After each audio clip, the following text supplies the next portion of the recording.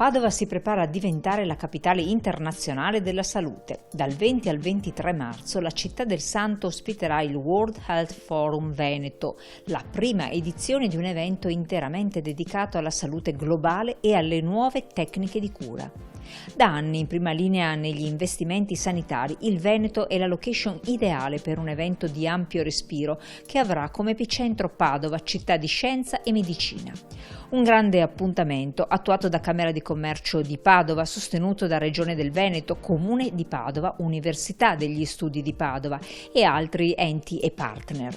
Tra gli eventi di spicco del forum, la conferenza dedicata all'intelligenza artificiale al Centro Congressi, che ha già registrato oltre 1000 iscritti. E questo è un evento dove abbiamo raccolto 30 speaker di livello internazionale che vengono dagli Stati Uniti, dall'Inghilterra, Harvard, Cambridge, dalla Svezia, dalla Germania e così via, e porteranno gli ultimi ritrovati dell'intelligenza artificiale da applicare alla medicina per ottenere una sanità che sia più efficiente, che sia più personalizzata.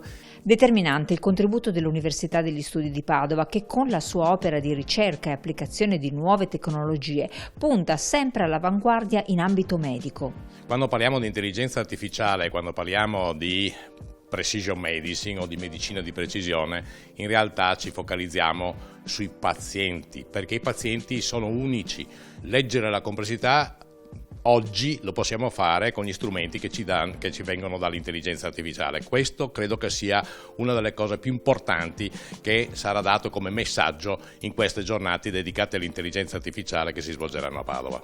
Elemento di valore del forum sarà la Fondazione Ricerca Biomedica Avanzata VIM, che porterà all'evento la sua quasi trentennale esperienza in ambito medico. Noi non curiamo la malattia, preveniamo la malattia, la studiamo e vediamo di aiutare a superare o accompagnare per risolvere i problemi dell'ammalato, del paziente, e quindi anticipare. In questi 3 giorni saremo all'attenzione internazionale e potremmo far conoscere al mondo della scienza e della ricerca quello che può offrire l'Università di Padova, la Regione, perché accompagna questo grande progetto, e questo centro, Istituto Veneto di Medicina Molecolare, che ormai ha una tradizione di 28 anni, ma ha rapporti con un mondo internazionale della ricerca.